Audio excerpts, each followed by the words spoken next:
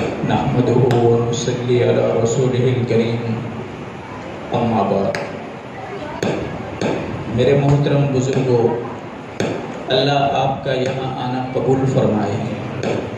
آپ کے جو قدم اٹھے ہیں اللہ کی کتاب کی نسبت سے اٹھے ہیں، اور آپ یہاں پر جو آئے ہیں اللہ کے دربار میں بیٹھے ہیں، اور اللہ کے دربار میں یہ ہمارے معصوم پھول جیسے بچے بیٹھے ہوئے ہیں۔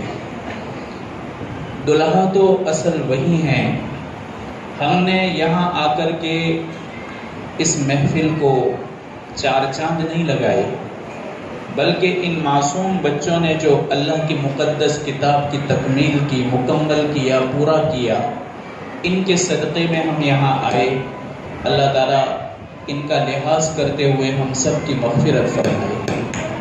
یہاں ظاہر میں ہمیں دنیا نظر آتی ہے، پر قیامت کے دن جب ہماری مٹی کی آنکھ بند ہوگی اور حقیقت کی آنکھ کھلے گی تو ہمیں پتہ چلے گا کہ اللہ کی مقدس کتاب کی ہم نے تعظیم کی اور اس کا احترام کیا۔ اللہ نے اس احترام کے بدلے ہمیں کتنا مقدس مقام عطا فرمایا۔ اللہ تمام کی محنتوں کو قبول فرمائے۔ ان بچوں کے پیچھے جن اساتذہ کی محنت لگی، اللہ دنیا اور آخرت میں ان کو بہترین بدلہ عطا فرمائے، اور ان بچوں کے ماں باپ نے ان کو اللہ کی کتاب کے لیے فارغ کیا اور ان کو علم دین کے لیے لگایا۔ اللہ ان کے صدقے میں بھی ان کے ماں باپ کو دنیا اور آخرت میں بہتر بدلہ عطا فرمائے اور ان سب کی مغفرت کرے۔ اللہ کے نبی نے فرمایا، ایک حدیث ہے، لیس منا من لم یتغن بالقرآن، ہمارے مکمل طریقہ پر وہ آدمی نہیں ہے جو قرآن کو بہترین آواز سے نہ پڑھے۔ لیس منا من لم یتغن بالقرآن، قرآن کو بہتر انداز سے نہ پڑھے وہ ہمارے کامل طریقہ پر نہیں ہے۔ اللہ کے حبیب نے فرمایا۔ اس روایت کا ایک دوسرا بھی مطلب ہے، ہمارے نبی نے جو فرمایا لیس منا من لم یتغن بالقرآن، اس سے استغنا کا کیا مطلب؟ اپنے آپ کو مالدار سمجھنا، اپنے آپ کو مالدار سمجھنا۔ آپ نے کیا فرمایا کہ جس کو اللہ تعالیٰ نے قرآن جیسی مقدس دولت عطا فرمائی اور اس نے اپنے دل کے اندر اللہ کے حبیب کی لائی ہوئی پیاری کتاب کو لے لیا، اور وہ اپنے آپ کو دوسروں کے مقابلے میں یعنی دنیا والوں کے مقابلے میں حقیر سمجھے، اپنے آپ کو پست اور غریب سمجھے، اپنے آپ کو مالدار نہ سمجھے، تو وہ ہمارے طریقہ پر نہیں ہے۔ جس کو اللہ تعالیٰ مقدس علم سے نواز دے اور مقدس کتاب کی عظیم دولت عطا فرمائے، وہ اپنے آپ کو کیسے غریب سمجھ سکتا ہے؟ اس سے مالدار کوئی نہیں۔ ہمارے بزرگوں میں ایک بزرگ ہیں، حضرت مولانا حکیم محمد اشرف صاحب جنجانوی رحمۃ اللہ علیہ، جو مظفر نگر ہیں، اسی علاقے میں آپ رہتے تھے۔ آپ کے علم اور فضل کو علماء نے مانا ہے، آپ کے زہد اور تقوی کو علماء نے مانا ہے۔ بڑی عظیم شخصیت گزری ہے، یہاں تک کہ شاہ جہاں کے دربار میں آپ کے تذکرے ہوتے تھے۔ شاہ جہاں کے بڑے بڑے وزراء اور اس کے دربار کے اندر آنے والے بڑے بڑے علماء اس غریب عالم دین کی بڑی توقیر اور تعظیم کرتے تھے۔ شاہ جہاں نے ایک مرتبہ ان کے لیے ایک پالکی بھیجی، جس پالکی کے اندر بڑے بڑے بادشاہ بیٹھا کرتے تھے، اور بادشاہوں کو اٹھا کر کے وہ پالکیاں محلوں کے اندر آتی تھی۔ رات کے وقت ان پالکیوں کے اوپر چھوٹے چھوٹے چراغ لگائے جاتے اور بہترین پردے لٹکائے جاتے۔ اس کے بعد بادشاہ سلامت اس میں سوار ہوتے اور اپنے محل سے وہ دربار کے اندر آتے تھے۔ حضرت کی تعظیم کے لیے اس نے ایک پالکی بھیجی شاہ جہاں نے، جس نے بہترین تاج محل کی تعمیر کروائی، شاہ جہاں نے۔ اب آپ تو جنجانہ میں تھے، حضرت کے پاس جنجانہ کے بزرگان دین بھی آئے اور شاہجہاں کی پالکی بھی پہنچی۔ حضرت تعجب کرنے لگے کہ میں پیدل چلنے والا آدمی اور بادشاہ سلامت نے میری اتنی تعظیم کر لی۔ حضرت نے فرمایا کہ میں خود چلا جاؤں گا، یہ پالکی کے اندر بیٹھنا ہمارا کام نہیں، یہ راجاؤں اور مہاراجاؤں کا کام ہے، ہم تو عاجزانہ انداز میں چلتے ہیں جو میرا نبی چلا کرتا تھا۔ آپ نے فجر کی نماز پڑھی، فجر کی نماز مظفر نگر کے اندر پڑھی، اور پیدل یہ آدمی اپنے کاندھے کے اوپر رومال لٹکا کر کے جا رہا ہے دہلی کی طرف، شاہجہاں کے دربار میں۔ چلتے چلتے سخت گرمی دھوپ چلتے رہے، آپ کہاں پہنچے؟ دہلی کے دروازے پر۔ جب آپ پہنچے تو بڑے بڑے وزراء، بڑے بڑے علماء، بڑے بڑے ادیب اور بڑے بڑے شاعر آپ کے استقبال کے لیے دہلی کے مین دروازے پر کھڑے تھے۔ شاہجہاں بھی موجود تھا۔ جب آپ نے دیکھا کہ یہ لوگ تو میرے استقبال کے لیے اس طرح کھڑے ہیں، تو آپ عاجزی اور تواضع کے ساتھ دربار کے اندر تشریف لائے۔ وہاں تو بڑے بڑے علماء تھے، شاہجہاں کے دربار میں رہنے والے، وہ بھی سب بیٹھے ہوئے تھے۔ حضرت سے ملاقات ہوئی، شاہجہاں نے اپنے علماء سے کہا کہ ان کو ذرا سوال کرو، ہم دیکھیں کہ ان کا علم و ہنر کیسا ہے۔ کئی سوالات کی، بڑے بڑے وزیروں نے اور بڑے بڑے علماء نے ایک سے ایک سوال کیے، حضرت نے تمام کے جوابات تسلی بخش دیے۔ شاہجہاں کو علماء نے کیا فرمایا؟